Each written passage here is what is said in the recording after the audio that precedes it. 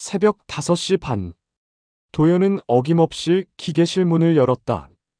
30회를 한 번도 빠뜨린 적 없는 첫 순회였다. 찬 공기가 폐 속으로 스며들었다. 손전등을 켜고 제어반을 확인하는 순간 화면에 떠오른 코드가 그의 손을 멈추게 했다. 292. 엘리베이터 과부하 또는 도어 강제 오류를 의미하는 코드였다. 문제는 이 코드가 펜트하우스 라인에서만, 그것도 밤마다 반복된다는 점이었다. 도연의 눈썹이 좁혀졌다. 뭔가 잘못되고 있었다. 도연은 정비일지를 펼쳤다. 낡은 수첩의 페이지를 넘기는 소리가 고요한 기계실에 울렸다. 지난 일주일간 같은 오류가 7번. 모두 탑층에서 발생했다. 시간대도 비슷했다. 밤 11시에서 자정 사이. 도연은 고개를 저었다. 30년 경력으로 봐도 이상했다. 과부하라면 무게 센서가 반응해야 하는데 로그상 탑승 인원은 한 명뿐이었다. 펜트하우스에는 설재명 회장이 살고 있었다. 청운 스카이 아파트를 올린 개발사의 원조 창업주. 80이 넘은 노인은 몇 달 전부터 휠체어 신세였다. 도연은 최근 비상벨이 3번이나 울렸던 기억을 떠올렸다. 밤마다 달려갔을 때마다 가족들이 문을 막아섰다. 괜찮습니다. 아버지가 잘못 누르셨어요. 설 회장의 아들 서륜호는 그렇게 말하며 도연을 들여보내지 않았다. 개발사 대표답게 말투는 정중했지만 눈빛은 차가웠다. 무언가 꺼림칙했지만 도연은 입주민의 사생활을 침범할 수 없었다. 경계를 지켜야 했다. 엘리베이터 안으로 들어섰다. 정비 점검을 위해 조명을 밝히자 조작 패널 구석에 희미한 흔적이 보였다. 도연은 무릎을 굽혀 가까이 다가갔다. 날카로운 것으로 긁어낸 듯한 숫자였다. 1127.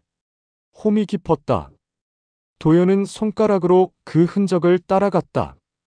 손톱으로 긁은 것 같았다. 필사적으로. 마치 마지막 메시지를 남기듯. 심장이 빠르게 뛰었다. 도연은 사진을 찍었다. 증거를 남겨야 한다는 본능이 작동했다. 기계실로 돌아온 도연은 선반을 살펴보다 멈췄다. 먼지 쌓인 선반 안쪽에 오래된 상자가 하나 있었다. 블랙박스였다. 고급 엘리베이터의 옵션으로 설치되는 이벤트 리코더. 입주 당시 설치된 후 아무도 신경 쓰지 않던 장비였다. 그런데 케이블이 뽑혀 있었다. 단순히 빠진 게 아니었다. 누군가 일부러 연결을 끊어놓은 것 같았다. 커넥터 부분에 손때가 묻어 있었다. 도연은 그 상자를 천천히 들어 올렸다.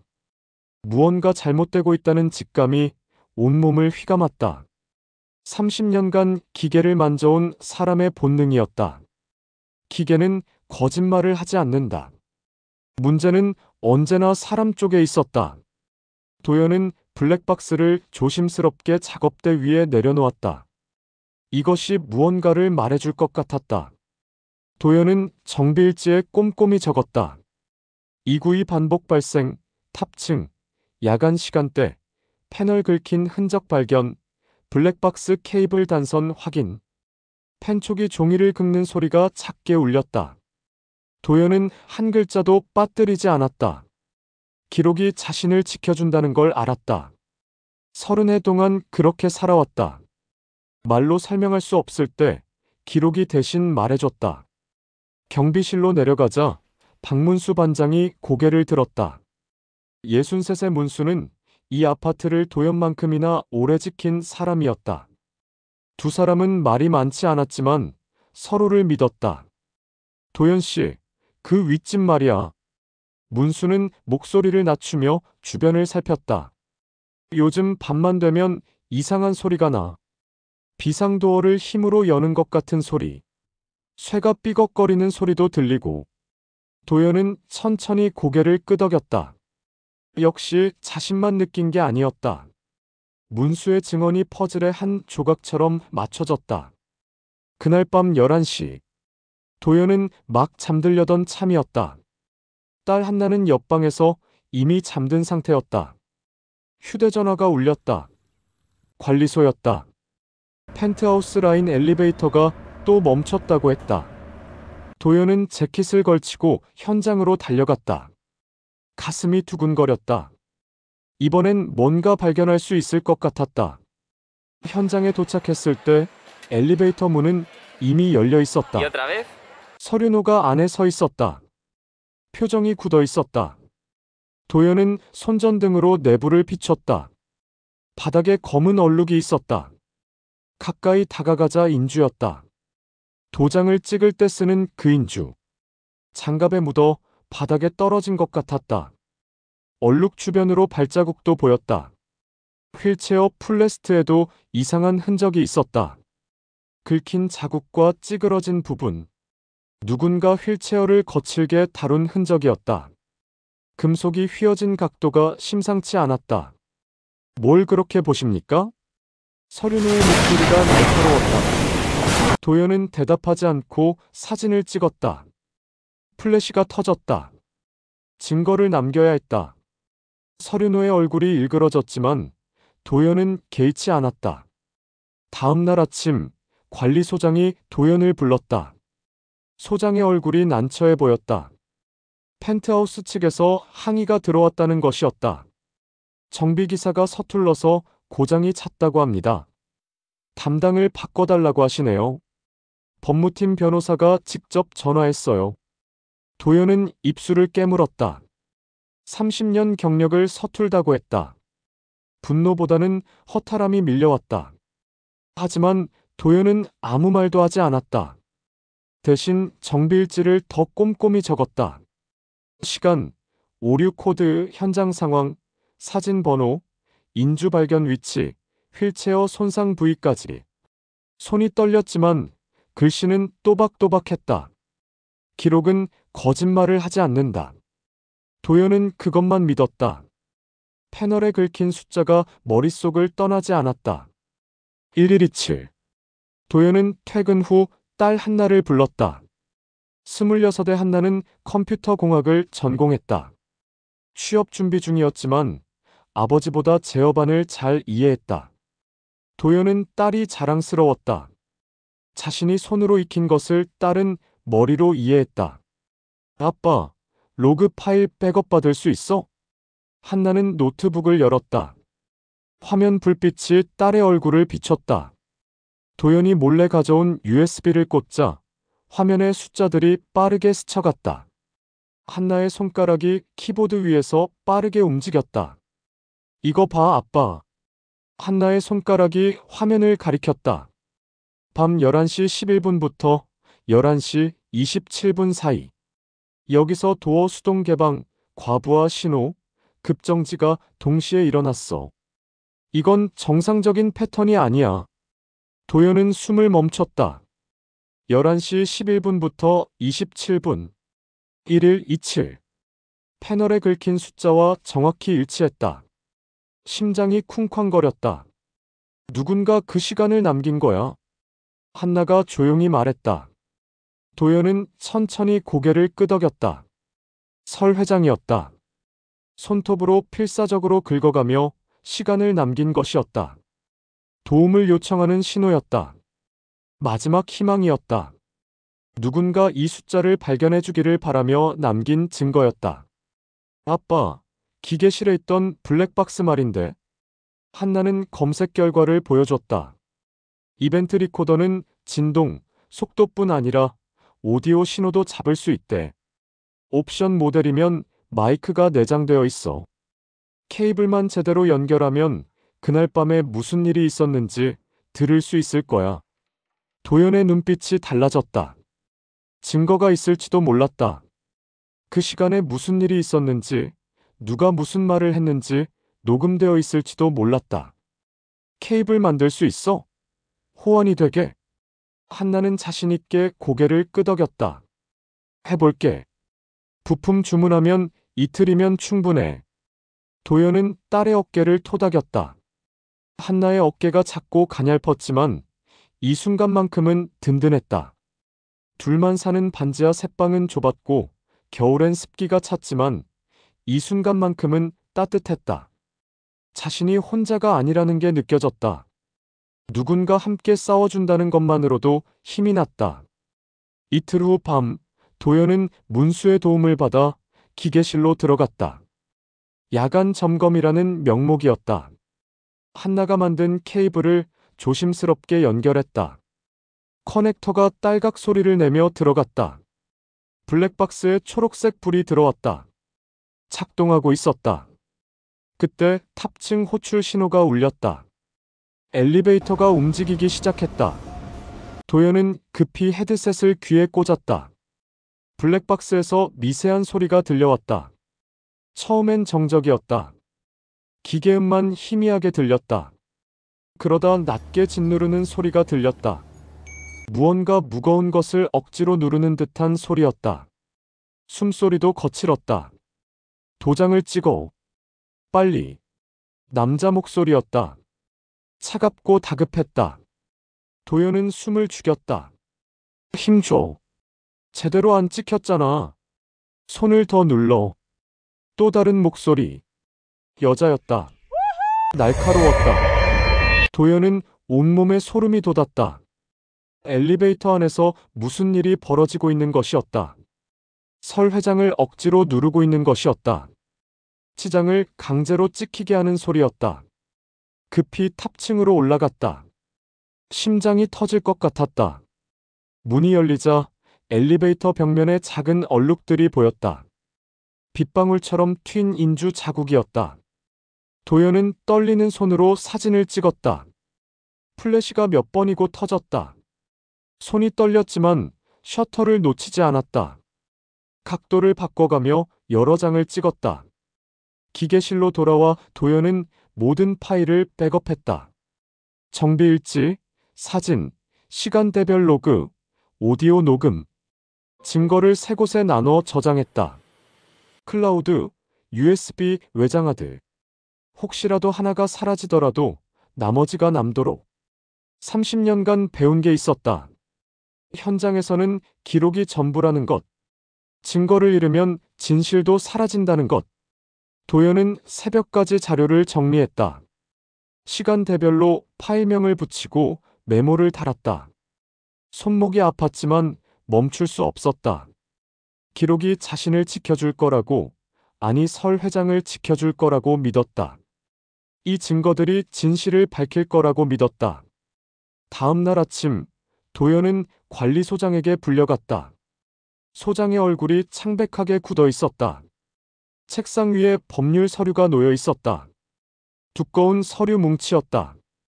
도연은 불길한 예감이 들었다. 펜트하우스 측 법무팀에서 고발장을 냈습니다. 어제 저녁에 접수됐어요. 도연은 서류를 집어들었다. 사보타주. 정비기사가 일부러 고장을 내고 무단으로 출입했다는 내용이었다. 개인정보 침해, 업무방해, 주거침입 미수까지 나열되어 있었다. 직무정지 처분입니다. 당분간 출입 금지예요. 회사 쪽에서도 난처해하고 있습니다. 도연은 아무 말도 하지 않았다. 예상했던 수였다. 압박이 시작된 것이었다. 증거를 모으는 사람을 먼저 제거하려는 전략이었다. 도연은 서류를 내려놓고 조용히 관리소를 나왔다. 분노보다는 각오가 서는 기분이었다. 그날 저녁 뉴스에 기사가 떴다. 정비기사와 입주민 간 갈등, 고급 아파트에서 불거진 사생활 침해 논란. 도연의 이름은 나오지 않았지만 프레임은 이미 씌워져 있었다. 댓글창엔 정비기사를 비난하는 글들이 올라왔다. 밤 11시, 도연의 휴대전화가 울렸다. 문수였다. 목소리가 급했다. 비상벨이 또 울렸어. 펜트하우스에서. 계속 눌리고 있어. 도연은 벌떡 일어났다. 한나도 놀라 방에서 나왔다. 지금 가는 중이야? 가족들이 먼저 올라갔어. 엘리베이터 앞에서 문을 막고 있어. 들여보내주질 않아. 도연은 주먹을 쥐었다. 직무정지 상태라 현장에 갈 수도 없었다. 무력감이 밀려왔다. 한나가 거실로 나왔다. 아빠, 이거 공개하자. 언론에 바로 넘기자. SNS에라도 올리자. 도연은 고개를 저었다. 아니다. 순서가 있어. 한나는 이해할 수 없다는 표정이었다. 눈에 눈물이 고였다. 운영사, 감리, 경찰. 공식 절차를 밟아야 해. 그래야 증거가 법적으로 인정돼. 성급하게 움직이면 오히려 증거가 훼손될 수 있어. 도연은 30년간 현장에서 배운 원칙을 지키려 했다. 조급하게 움직이면 오히려 증거가 묻힐 수 있었다. 감정보다 절차를 따라야 했다. 그게 설 회장을 진짜로 구하는 길이었다. 도연은 국토부 지정안전감리에 정식으로 신고했다. 문수와 한나가 함께 움직였다. 신고서를 작성하는 동안 손이 떨렸다. 하지만 내용은 정확하게 적었다. 감리관이 현장에 도착한 건 신고 사흘 후였다. 중년의 남자 감리관은 표정이 딱딱했다. 제어반 로그와 이벤트 리코더 원본을 제출해 주십시오. 원본이어야 합니다. 도연은 준비한 USB를 건넸다. 감리관은 노트북으로 데이터를 분석하기 시작했다. 화면엔 숫자와 그래프가 가득 찼다. 1시간이 흘렀다. 도연은 초조하게 기다렸다. 이거 과부하가 아닙니다. 감리관이 화면을 돌려 보여줬다. 전류 곡선을 보세요. 토크 값이 정상 범위를 벗어났습니다. 모터가 과부하로 멈춘 게 아니라 외부에서 문을 강제로 연 흔적이에요. 힘으로 비틀어 연 거죠. 도연은 깊게 숨을 들이마셨다. 역시 그랬다. 기계가 증명해주고 있었다. 같은 날, 도연은 또 다른 증거를 찾았다. 엘리베이터 도어 상단에 달린 보수용 카메라. 대부분 사람들이 모르는 작은 렌즈였다. 설치 기사들만 아는 위치였다. 영상을 확인하자 결정적인 장면이 잡혔다. 휠체어 손잡이에 묶인 고정끈, 그리고 손등에 번진 검은 인주. 누군가 설 회장의 손을 억지로 도장에 찍으려 한 흔적이었다. 설 회장의 얼굴은 화면 밖이었지만 휠체어가 흔들리는 게 보였다. 저항하는 움직임이었다. 문수는 입주민 김만옥 할머니를 데려왔다. 77의 만옥은 떨리는 손으로 오래된 사진을 꺼냈다. 팔뚝에 멍든 사진이었다. 나도 그 엘리베이터 타다가 멍들었어요. 갑자기 덜컹하면서 벽에 부딪혔지. 윗집이 시끄러운 밤이면 늘 그랬어. 무슨 싸우는 소리도 들리고. 만옥의 증언은 단순했지만 강력했다. 생활 속에서 느낀 이상함이 증거가 됐다. 일상의 목소리가 진실을 뒷받침했다. 도연은 모든 자료를 시간순으로 정리했다. 정비일지, 로그 데이터, 오디오 파일, 사진, 영상, 증언. 퍼즐이 맞춰지고 있었다. 각각 떨어져 있던 조각들이 하나의 그림을 완성하고 있었다. 도연은 탐사 보도팀에 연락했다. 한나가 찾아준 기자 오지은이었다. 지은은 젊었지만 눈빛이 날카로웠다. 자료를 받아보더니 표정이 진지해졌다. 이거 엄청난 건데요. 증거가 완벽합니다. 보도는 빠르게 준비됐다. 지은은 모든 증거를 논리적으로 재구성했다. 방송 구성안을 보여줬다. 첫째, 정비일지 타임라인. 1127 패턴이 반복된 밤 11시 11분부터 27분까지의 기록. 그래픽으로 시각화됐다. 둘째, 이벤트 리코더 오디오. 도장을 찍으라는 목소리와 힘주라는 지시. 음성 분석 전문가가 감정했다. 강압적 상황임이 명확했다. 셋째, 카메라 영상. 손등의 인주와 휠체어 고정끈. 프레임을 확대해 선명하게 보여줬다. 넷째, 의학 자문. 반복된 압박 흔적이 고령자 학대와 부합한다는 소견. 대학병원 노인의학과 교수가 출연했다. 다섯째, 법률 자문. 치장 강요, 사문서 위조, 특수 협박 가능성. 변호사가 법 조항을 설명했다. 보도가 나가자 여론이 들끓었다. 댓글창은 순식간에 분노로 가득 찼다. 실시간 검색어에 청운 스카이 아파트, 엘리베이터 학대, 구입 코드가 올랐다. 경찰이 움직였다. 펜트하우스 압수수색 영장이 발부됐다. 다음 날 새벽 경찰이 들이닥쳤다. 비서실 컴퓨터에서 유언장 변경 초안이 나왔다. 재산 배분을 자녀들에게 유리하게 바꾼 문서였다. 서랍에선 인주와 휠체어 고정용 클립이 압수됐다. 설 회장의 지문이 묻은 도장도 발견됐다. 도연은 뉴스를 보며 조용히 눈을 감았다. 떨리지 않았다. 다만 무거웠다. 30년간 올리고 내린 엘리베이터처럼 올라갈수록 무거워지는 게 있다는 걸 알았다. 그건 돈이 아니라 양심이었다. 높은 곳에 올라갈수록 사람들은 양심의 무게를 견디지 못했다. 설 회장은 경찰 보호하에 독립병동으로 옮겨졌다. 자녀들로부터 완전히 격리됐다.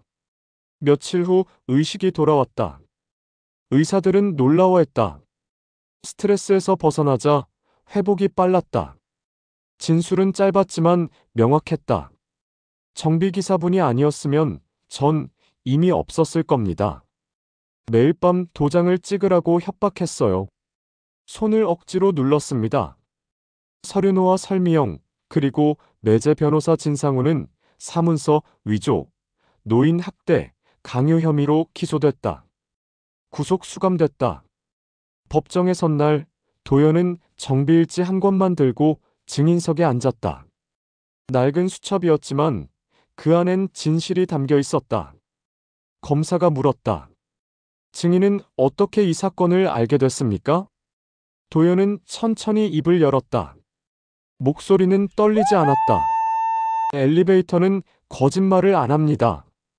92번 고장 코드가 어젯밤의 무게를 기록했습니다. 저는 그 기록을 읽었을 뿐입니다. 방청석이 조용해졌다. 기자들이 받아 적는 소리만 들렸다. 도연은 이어 말했다. 30년간 엘리베이터를 관리했습니다. 사람은 거짓말을 해도 기계는 하지 않습니다. 제가 한 일은 기록을 지킨 것뿐입니다. 그리고 그 기록이 한 분의 생명을 구했습니다. 판결은 유죄였다. 실형이 선고됐다. 설 회장은 회복 후 재산을 구의재단으로 사회에 환원했다. 노인 학대 법률 지원과 안심 승강기 프로젝트를 위한 재단이었다. 전국의 엘리베이터에 블랙박스를 의무화하는 캠페인도 시작됐다. 몇 달 후 도연은 다시 새벽 5시 반에 기계실 문을 열었다. 불을 켜고 제어반을 확인했다. 모든 게 정상이었다. 초록불이 고요하게 빛났다. 한나가 좋은 회사에 취직했다. 반지하를 벗어날 수 있게 됐다. 보증금을 모을 수 있었다. 하지만 도연은 여전히 이 일을 계속할 생각이었다. 이 일이 좋았다. 사람을 구할 수 있는 일이었다. 엘리베이터는 매일 사람들을 올리고 내린다. 아침엔 출근하는 사람들을, 저녁엔 지친 사람들을. 올라갈수록 무거워지는 건 돈이 아니라 양심이라는 걸 도연은 이제 안다. 그리고 그 무게를 견디지 못하는 사람들이 있다는 것도, 하지만 견디는 사람들도 있다는 것도 알았다. 도연은 오늘도 정비일지를 펼쳤다. 첫 줄에 날짜와 시간을 적었다. 펜촉이 종이를 긁는 소리가 조용히 울렸다. 기록은 계속된다. 누군가를 지키기 위해, 진실을 증명하기 위해. 도연은 그렇게 오늘도 엘리베이터를 점검한다. 92번 코드가 다시는 누군가의 고통을 기록하지 않기를 바라며.